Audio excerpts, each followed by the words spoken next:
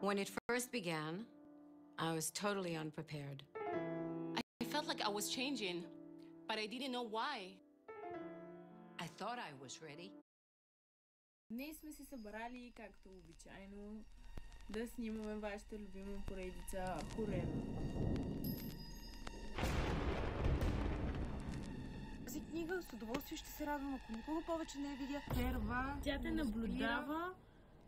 Жива е. В смисъл? Не диша, но е жива. Кой бе, Уророса? Грозна! Грозната! Само искам да ти кажа, че има някой психопат, какъв е този, която гледам преди малко. Моника, я е страх от кукли. Не я пипай, не я пипай. Тя беше съвсем нормална кукла, но се погрижих вече в нея да няма нищо нормално. Тя ще е твоят талисман. Стойността й е милиони. Изгасна ми тока. Казвам ви, няма нито един паднал по шоу. Не знам.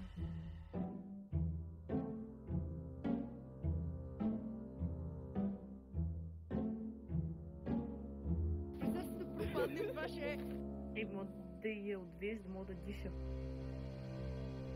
Ти ли като Кореро да мислиш? Добре. Нали това ни е задачата?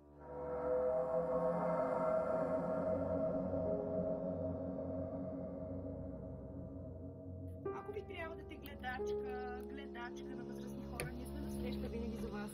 Ще получите този комфорт само срещу скромната сума от 1000 лева на секунда, така че заповядайте. Сега още повече ми се дорева. Ето го! Ето го!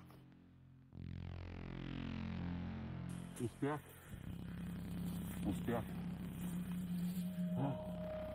Какво ще направим? Защо носиш моята кукла? Пак се изкупнах. Защо носиш куклата, която е вкъщи? Пълно ми идва да се разплача. Не знам как трябва да реагирам, не знам какво трябва да направя.